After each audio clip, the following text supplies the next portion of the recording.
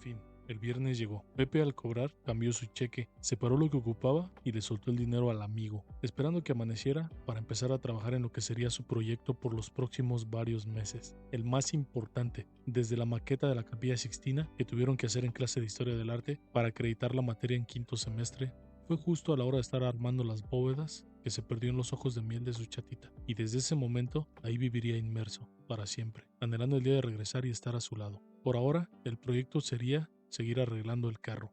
Pepe pensó que era un buen gesto del muchacho y que era muy bueno, que eso le solucionaría muchos problemas. La verdad siempre es muy distante de la realidad. En este caso, el otro tipo, que por lo que ya puedes estar deduciendo, solo estaba sacando ventajas. Es que, desde el mismo día que fueron a cortar el pasto a casa de la señora, ya tenía el carro en su casa. Ese día, enseguida, al bajarse de la camioneta a 2 cuadras de donde vivía Pepe, tomó su carro, llamó a la señora y fue camino de regreso a hablar con ella. Serían alrededor de las 3:30 de la tarde, porque cuando iba de camino, otro de sus amigos le llamó que si no había visto el partido de la Champions. El Madrid alzaba su 10ª orejona en el Estadio da Luz en Lisboa, en Portugal. Eso a él le interesaba poco. Su mirada irradiaba unos ojos de por sí saltones y unos símbolos de dólar, como en las caricaturas. Esquivaba carros a su paso y babeaba y jadeaba, porque sentía que estaba a punto de hacer un buen negocio. Fuera de ayudar a Pepe o de solucionar sus problemas, lo que veía era cómo sacar ventaja de otra más de las personas vulnerables, como acostumbraba. No sería la primera vez que ayudaba a alguien que no hablaba inglés. De hecho,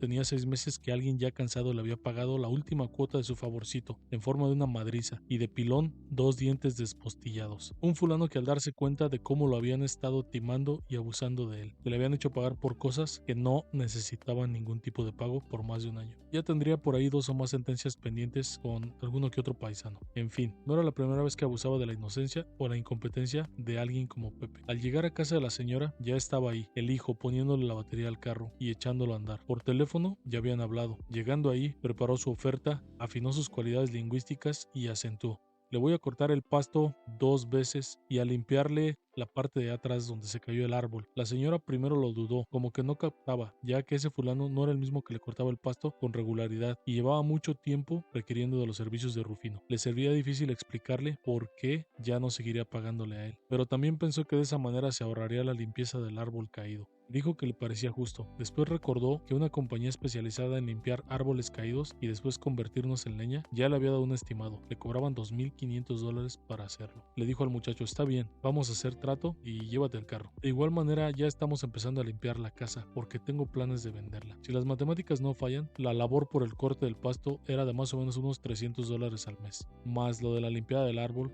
de la cual ya tenía clientes para la leña. Había unos señores del estado de Hidalgo que hacían una barbacoa en hoyo y ocupaban leña, ya casi la tenía vendida. Lo único que tenía que invertir era en labor barata como Pepe o alguien que necesitara dinero, un poco de gasolina y su remolque. En total, a él si acaso el carro le estaría saliendo más o menos en unos $500. Si le agregas lo que obtendría por la leña, tal vez ese carro se pagaba solo. Ni tarde ni perezoso llegó con su remolque, firmaron el título, fijaron la fecha para las labores y partió. De camino a casa, comenzó a fraguar el trámite y a pensar de qué manera sangraría al Pepe. Llamó a la aseguradora, la cual le dio el estimado de $35 al mes por ese auto, y al otro día en la mañana fue a tramitar las placas a la oficina del DMV. $95 por un año. Incluso ese día llegó tarde al trabajo, pero sabía que no había bronca con el beneco. Pensaba que unas con otras se pagaban. Así es, unos dirán que así se hacen los negocios, el que no tranza no avanza. Otros pensarán que no debemos de aprovechar de las vulnerabilidades de las personas, que una cosa es ayudar y otra es abusar de quien más necesita. Pepe tardó más de un mes para pagar lo que había quedado a deber. Si este hubiera sido un trato justo, con lo que tenía ahorrado, le hubiese alcanzado para pagarlo todo: carro, placas y todo lo demás. Pero, por intervención mágica de tan astuto intermediario, por no tener la experiencia ni el barrio adecuados, se dejó llevar por el tipo, que como lobo sigilaba a sus víctimas. No sería ni el primero ni el último. Pepe terminaría yendo en un domingo a limpiar lo que quedaba del árbol, en aquel terreno, de a gratis y con un frío de los 1000 demonios, solo añadiendo un saldo a la deuda que tenía con el disque amigo, que para fortuna de él, pero para desgracia o más bien para aprendizaje de Pepe, algún día se daría cuenta de que con un pasaporte mexicano y una licencia de conducir mexicana o de cualquier otro país puedes asegurar tu auto. No preguntes cómo, pero es que así trabajan las leyes. El concepto más parecido es cuando un extranjero visita los Estados Unidos en un auto propio. Tienes que comprar un seguro temporal. Eso significa que no es necesario ser ciudadano o residente legal para asegurar un auto, o mucho menos para registrar uno a tu nombre. Lo único que necesitas es información. Obviamente, está mal el hecho de conducir sin una licencia válida, pero hay alternativas. La licencia de tu país y un pasaporte vigente muchas veces te sacan de apuros con algunos oficiales. La verdad no sé cuál sea el criterio, pero algunos sí te la valen. También hay opciones de sacar licencias internacionales, las cuales, siempre y cuando respetes a la autoridad, te pueden servir para seguir tu camino. De lo contrario, y con algunas leyes en algunos estados, el conducir sin licencia es un acto ilegal y se paga incluso con cárcel.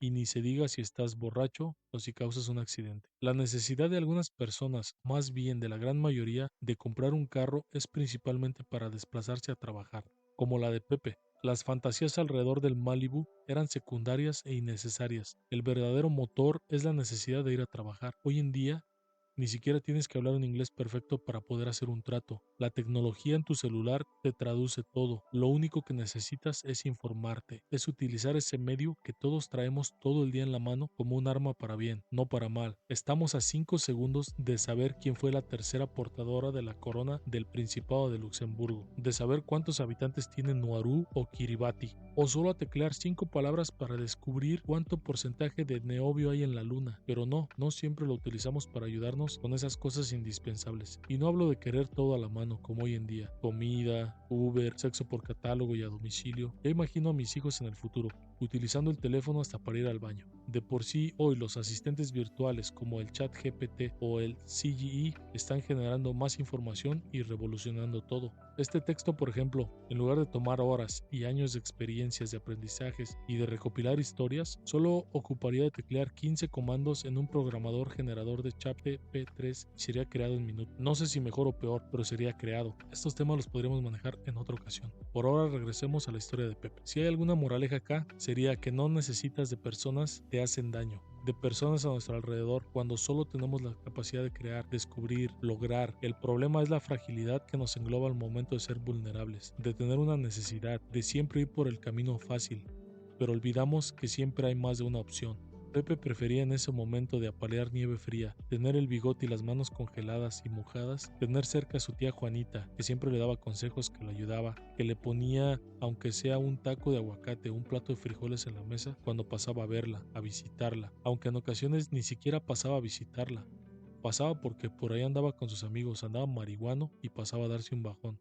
Pero ella siempre estaba ahí para aconsejarlo. Pepe no necesitaba de un tío cual era más tóxico que solvente. El tío amargado buscaba encontrar en todos los errores, las cosas que por medio de impotencia buscaba encontrar en todos los errores, las cosas que por miedo o impotencia no se había atrevido a construir en el pasado. Le molestaba que los sobrinos o amigos jóvenes lo hicieran, tomaran la iniciativa, que se divirtieran, que llevaran muchachas a la casa, que salieran a explorar el mundo. Si bien a este país se viene a trabajar, también se viene a vivir. Nadie era culpable que el tío se haya enredado como 6 veces con muchachas que conocía por internet, a las cuales les mandaba dinero hasta el hartazgo y que ni siquiera conocía en persona. Nadie era responsable de no tener la confianza, de tener amigos reales, novias reales, vivir en un mundo real, de no salir, de no ir a fiestas, de no conocer, de vivir a 2 horas de la ciudad de Nueva York, la capital del mundo, y en 16 años ni siquiera haber ido a conocer, ni siquiera tener una foto para el perfil, para al menos ser más interesante en tus conquistas por internet. De en tanto tiempo no haber probado la comida hindú, tailandesa, japonesa, alemana, de todas las opciones que te ofrece esta comunidad en la que vives, de no haber aprendido inglés,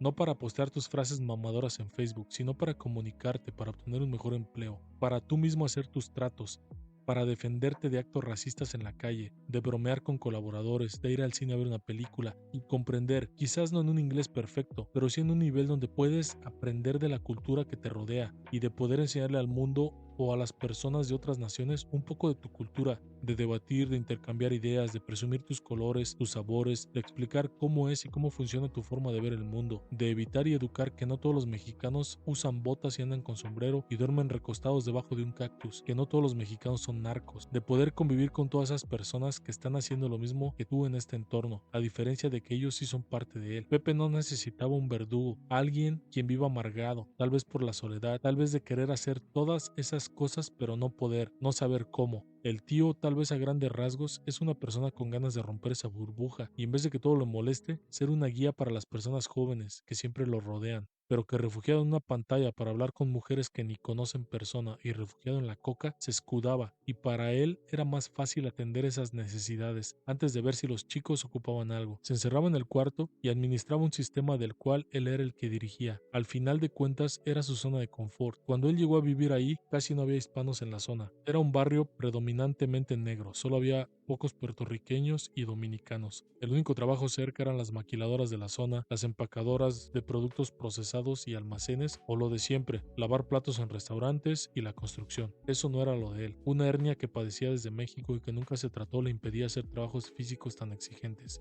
El flujo de paisanos que habían llegado a vivir con él lo ayudaba, ya que les cobraba $150 al mes por usar una cama en la habitación. Había 7 camas en total, 3 en un cuarto, 2 en otro y una en el cuarto de él. Él siempre estaba aislado de los demás. La otra era la sala, era la que utilizaban los de nuevo ingreso, los recién llegados. Siempre al nuevo le decían el rey del sillón, porque ese sería el único espacio en el cual podría fungir como lugar para descansar. Ahí no había mucha privacidad, ya que el subir y el bajar de las escaleras se escuchaba todo. Cuando alguien llegaba o se iba a trabajar, no dejaba dormir.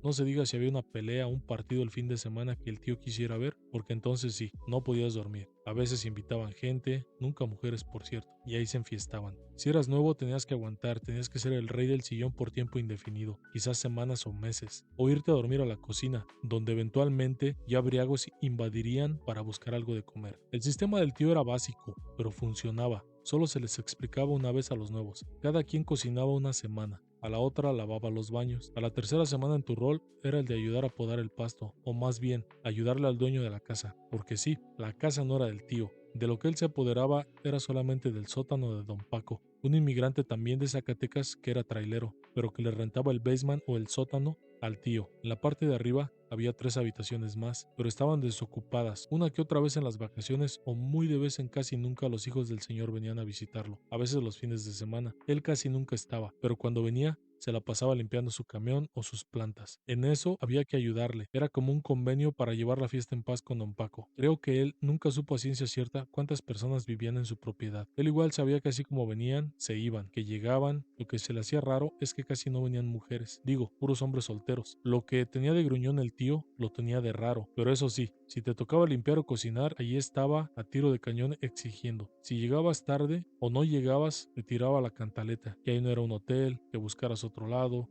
Eso mismo le estaba diciendo a Pepillo una tarde. La noche anterior no había llegado. Encontró por internet unas bocinas a hora y media de camino. Decidió ir a buscarlas. Manejó por la Interestatal 25 millas al oeste, dejando atrás los suburbios. Cuando agarró un camino más pequeño, un highway dividido, manejó por entre nogales, cedros, robles y unos pinos que no se habían secado en el frío. Notó a un venado muerto a la orilla de la carretera. Esta imagen le daba un toque siniestro al paisaje de montañas en el horizonte y vívidos reflejos de lagos cristalinos, al pasar por un puente de madera más o menos conservado. Empezó a dejar atrás la naturaleza para adentrarse en las orillas de otra ciudad, donde las calles parecían las mismas.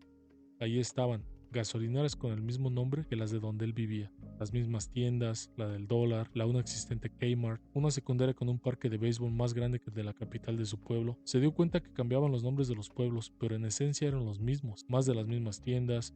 El restaurante mexicano no se llamaba Mi País, se llamaba Mi Herencia. También había grafiti en las paredes, basura en las calles. Después de todo, no era como manejar una hora y media en México, donde sí cambiaban las calles, las casas de pueblo en pueblo. Recordaba mientras exploraba con nostalgia cuánto daría porque la chatita conociera estos lugares. Vio una pareja cruzar la calle y pensaba en ella. Así siguió avanzando hasta que llegó al lugar. Pepe se guiaba muy bien por las carreteras y se ubicaba a la perfección. No dependía del GPS en ese tiempo más primitivo, así que venía atento a nombres de calles y números. Ya se había dado cuenta que las casas y locales tenían números pares a la derecha y nones a la izquierda, y que en algunas calles iban de 4 en 4, en otras de 8 en 8. Y ahí venía Williamsburg Road, 2344, 2348, 2352. Ya llegué, dijo Pepe con un brillo en su voz.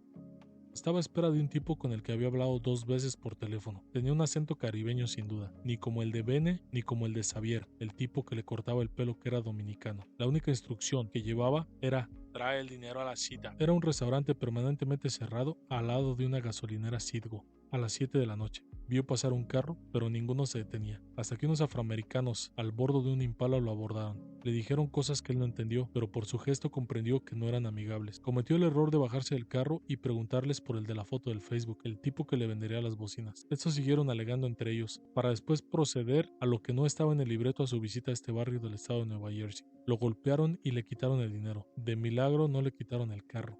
Como pudo, alcanzó a conectar a uno de ellos, pero eran más y lo aplastaron. Al huir con el motín, él vio a su alrededor y nadie fue testigo de tan cruel acto. Se subió al auto incorporándose en sí, se limpió la sangre del rostro y comprobó en el espejo retrovisor que no le faltara algún diente. Se checó las costillas, no estaba seguro si solo era el golpe o una estaba rota. Se lavó con lo que quedaba de su botella de agua el rostro y dispuso a regresar hasta donde le alcanzó la gasolina. De pura suerte, le alcanzó para llegar a una estación de servicio. Para coincidencia del destino, enfrente a donde estaba aquel venado muerto, que en lo denso de la penumbra ya no se veía. Pero no tenía dinero. Con un frío de los 1000 demonios en finales de noviembre, tuvo que hacerse bolita y pasar ahí la noche. Sin dinero, sin cena, sin hablar con su chatita, sin darle las buenas noches. El cel lo había alcanzado a aventar a la orilla de la carretera cuando empezó la bronca, así que no se lo robaron, pero no traía carga y obvio, no traía un plan para esta situación. Se imaginaba que si conseguía un teléfono para llamarle al amigo que le negoció el carro, este le cobraría hasta la vida para irlo a recoger, así que prefirió esperar a ver si alguien le ayudaba. Pensó en su tío, pero después se difuminó la opción de su rostro y tampoco contempló al Bene, ya que las cosas no andaban muy bien con él. Pues así pasó la noche y nada. Como a las 11:30 se apagaron las luces de la tienda, se apagaron las bombas y también lo venció el cansancio. Entre sueños y sigilos despegaba un ojo a cada rato. Se imaginaba que los malhechores regresarían por el teléfono. Los 3 delincuentes que lo asaltaron no pasaban de los 17 años, pero estaban tan armados como los sicarios que él había visto una vez en Fresnillo, arriba de una camioneta patrullando la zona como si de su casa se tratara. A la mañana siguiente, encamorrado y entumido por dormir ahí sentado, la cabeza le estallaba por toda la noche estar teniendo pesadillas sobre la agresión. Despertó de golpe cuando vio se detuvo una van de la cual descendieron 5 o 6 muchachos que trabajaban en la construcción, por sus ropas. El panorama se aclaró al limpiar con el puño derecho la ventana empañada. Los tipos se dirigían a la tienda, posiblemente a agarrar un café y algo de desayunar. Eran las 5:15 de la mañana. Escuchó que se reían y vacilaban en español. Bajó el vidrio y les preguntó que si lo podían ayudar. Les dio una explicación y vio cómo de uno en uno se alejaban y entraban a la tienda, frotándose las manos y articulando que morían de frío e indiferencia. Así hasta que quedó solo. Pensó que tal vez no le habían entendido, o que pensaba que era uno más de esos que siempre estaban afuera de las tiendas o de las panaderías pidiendo dinero. Pepe nunca les daba dinero. Esa vez pensó que tal vez era cierta la necesidad de las personas que estaban ahí pidiendo. Se prometió a sí mismo empezar a donar al siguiente vago que se le atravesara. Pero su mente regresó y aterrizó justo en ese momento cuando uno de los muchachos al salir de la tienda se acercó y le dio un café calientito en un vaso de unicel y una tapa. Después salió otro y le dio $5. Después otro más que cooperó con 7, y así hasta que el último le dio $2 más y le dijo: va, para que te alivianes. Pepe juntó en total $20 y un café. Le dio la mano de uno a uno y se los agradeció. Ellos se esfumaron. Entró a la tienda, buscó algún tipo de desayuno, tal vez un huevito revuelto, unos tamalitos o ya mínimo una quesadilla. Pero se encontró con la realidad de que no había nada de eso. Había unos burritos que se veían deliciosos, pero pensó que si lo compraba solo le quedarían $10 para gasolina. Quizás no le alcanzaría para regresar. Prefirió una opción más económica. Consistió de unas galletas de $1 que le dejaron mucha grasa en el paladar y un biscuit de pollo que estaba en la caja registradora. Era como una vitrinita con focos calentadores y con un letrero que decía 2 por 2.50. No lo dudó, ya traía su café y pensó que esas madres no le iban a gustar. No sabía si porque nunca las había probado o porque de haber escuchado a su tío tantas veces renegando de la comida americana ya se había contagiado. En fin, pagó y como pudo en inglés le dijo a la cajera que le pusiera el resto en la bomba número 4, $14.75, era lo que le sobraba para gasolina. Como pudo, lo puso en neutral y lo empujó 15 metros hasta la bomba 4, aún oscuro y sin nadie a su alrededor. 1, 2, 3 carros que iban y venían, pero ninguno le ayudaba. Ya pasando la odisea, pensó que con eso regresaría a su destino, sin bocinas, adolorido de las costillas y con una casi cruda, no sin más con una gran lección, de esas que te enseñan, te forjan y como lo que no te mata te hace más fuerte. Ya en camino de regreso, comenzó a pensar en lo que hubiera hecho con los $150 perdidos y que tenía que pagar lo de la renta y todo eso. Manejaba y le pegaba al volante, así hasta llegar al regreso a su destino. Al abrir la puerta, ni un paso había dado dentro del recibidor cuando su tío lo intercepta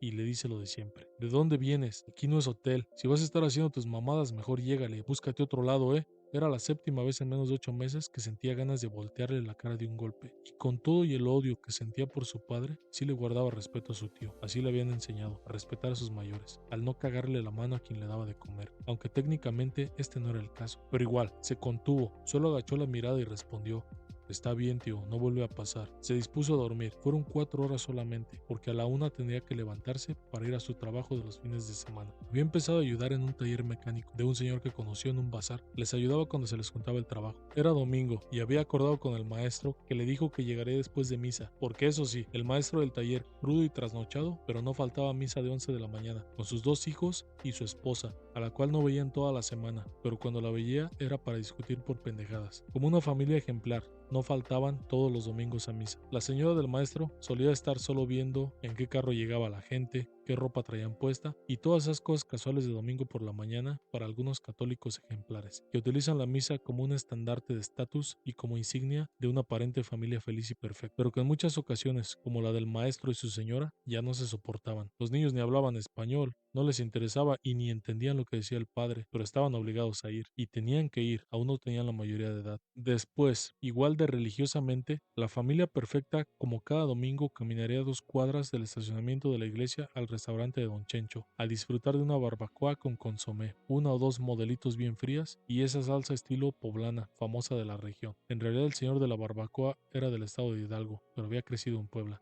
La receta secreta de la barbacoa era un elemento infalible para la cruda de cualquier mexicano que se respete.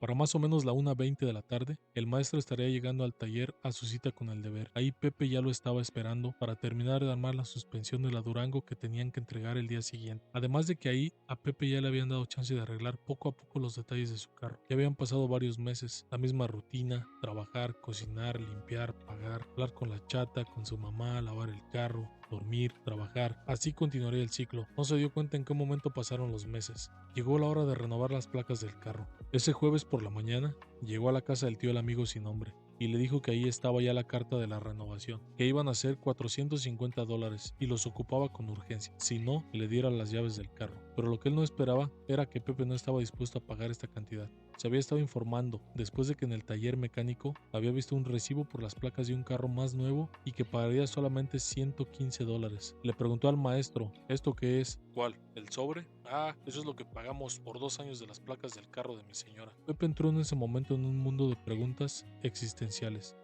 y estaba decidido a manejar las riendas de su destino. Ni su tío ni nadie le iba a seguir marcando la pauta de cómo hacer las cosas. Sintió que tenía que averiguar por qué le estaba pagando tanto dinero a este tipo y que sería mejor enfrentarlo de una vez. Investigó los costos, le preguntó a más personas y se metió a un foro en internet, que por cierto, ya había cambiado de teléfono. Se dio cuenta que en un mundo justo solo pagaría menos de la mitad de lo que le estaban cobrando. Le respondió al tipo que lo amedrentaba: como que te estás pasando de lanza, ¿no? Si quieres quítale las placas, yo ya no te voy a pagar, me estás cobrando mucho. No, ¿cómo crees, Pepito? Mira, es lo justo. No, necesito ver los recibos. Tú me estás engañando. Tráeme los recibos y yo te pago. El tipo astuto le dijo: mira, chamaco, ese carro está a mi nombre. Si no me quieres pagar, pues es tu problema. Yo lo voy a reportar robado y vas a ver en qué pedo te vas a meter. Así que tienes de 2 sopas: ¿me pagas lo que estoy diciendo o me llevo el carro? Estás pendejo, si es mío, yo lo pagué. En ningún lado dice tu nombre. Es más, ¿sabes qué? Dame las llaves del carro. Hazle como quieras. Llámala a tu tío si quieres. Pepe no sabía qué hacer. Después de todo, sabía que no podría cómo comprobar que el auto era de él. Se sintió derrotado. Intentó negociar, pero el plan estaba ya consumado. El tipo venía decidido a llevarse el carro. Empezaron a forcejear, se jalonearon. Pepe le tiró un zurdazo, pero falló, se fue de paso y cayó al piso. El otro se le fue encima, lo cogió del cuello. El tipo lo doblaba en peso, astucia y colmillo. Se sintió desprotegido y derrotado. Le pidió que por favor no se llevara el carro. Ya, cabrón, te voy a pagar. Ni madres, el carro es mío. ¿Me das las llaves o le llamo al policía? Le digo que tú te lo robaste. Pepe intentó por una última vez, pero fue en vano. Solamente deja bajar mis cosas. Pero apúrate, cabrón. Tienes 5 minutos. En ese momento, ya estaban abajo los dos que lo acompañaban. Les hizo una seña de que se fueran y no intervinieron. Sin más, Pepe se despidió de su carrito. Tenía un nudo tan grande en la garganta que no podía llorar. Estaba todo rasguñado y decepcionado, por el otro y también por sí mismo. Sabía que no debía de haberse precipitado aquella tarde, pero en fin, bajó sus cosas del carro y vio cómo se fue, cómo se perdía en el horizonte. Pepe ya tenía 21, y eso no era lo más difícil que había pasado. Lo que más le dolía era que hace 2 semanas, el día de su cumpleaños, nadie se acordó de él. Ese día le tocó ir a trabajar a un lugar donde no había señal en todo el día, hasta que regresaron. El Veno lo puso a cortar madera en una escalera sin protección y se llenó toda la cara de aserrín. Traía de hecho una espiga en el ojo que le duró 4 días. Ese día había sido el más negro hasta el momento. Era el peor día desde que estaba en los Estados Unidos. Le dolió más que los golpes de los morenos cuando lo robaron. Le dolió más que la vez que se enteró que ya había nacido su hermanastro con su excompañera de la prepa, gracias a una publicación en Facebook. Pero de eso ya habían pasado días. De algún modo, el haber perdido algo material no sería entonces lo más doloroso para Pepe. Sentía que tenía que hacer algo para cambiar las reglas del juego, o que siempre estaría viviendo en un sótano. Tenía dinero guardado para comprar otro carrito viejo y arreglarlo, pero pensaba que nunca se llegaría el día de regresar a ver a la chata, de poner su taller y de regresar a ver a su tía Juanita, de por una vez en la vida visitarla con ganas de hacerlo, de ver a su madre y de nunca, pero nunca, encontrarse en la calle a su padre de la mano de esa muchacha, que ella no tenía la culpa. De hecho, era hasta medio tonta en la escuela, pensaba. Una cosa es cierta, el poder adquisitivo que el trabajo te brinda en los Estados Unidos tiene límites. Lamentablemente está bordeado de reglas, de impuestos y de normativas. Pero al final del día, lo importante es saber administrar, saberse levantar de esos golpes y de esos tropiezos, informarse. A los pocos días, el señor del taller le vendió a Pepe un carro, el cual arregló poco a poco. Esa misma semana, logró conseguir un seguro para el auto por $55 al mes, con su licencia mexicana, licencia que había sacado cuando cumplió los 18 años allá en Zacatecas, gracias a que manejaba una de las camionetas cuando tenía que llevar a su mamá al pueblo de compras. También había tramitado un pasaporte mexicano, en un consulado sobre ruedas. Hacía 2 meses que lo tenía. La licencia la había pedido por correo. Le había llegado junto con unas fotos de sus hermanitos, que ya se veían más grandes. Una foto de la chata, con el olor de su perfume impregnado en un beso en la parte de atrás, donde decía cuánto lo extrañaba. Estaba por entrar al 3er semestre de la carrera. Al fondo del montón de fotos, la de su mamá, linda y radiante como siempre, con un lienzo amarrado en el pelo y una rosa blanca en la extremadura del oído izquierdo, alineando perfectamente con el contorno del lunar de su mejilla.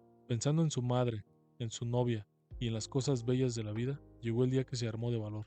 No podía dejar de depender de otras personas, pero sí podía tomar las riendas del destino en sus manos. Ese día entró a la oficina del DMV, decidido a sacar las placas de su carro. Ese día venció tantos miedos al conseguirlo, se fijó como siguiente paso terminar de ahorrar 3 años más, tiempo suficiente para que su prometida termine la escuela, regresar a México y montar un taller mecánico. Esa tarde pagó $75 por sus nuevas placas. Dejaría el piso del tío a las 3 semanas. Había rentado una pieza con baño y cocina compartida en una traila doble con uno de los clientes del taller, por el mismo precio. De vez en cuando, sobre todo los domingos, se encargaría de arreglar por su cuenta algunos autos, así ganaba más dinero y ahorraba mejor.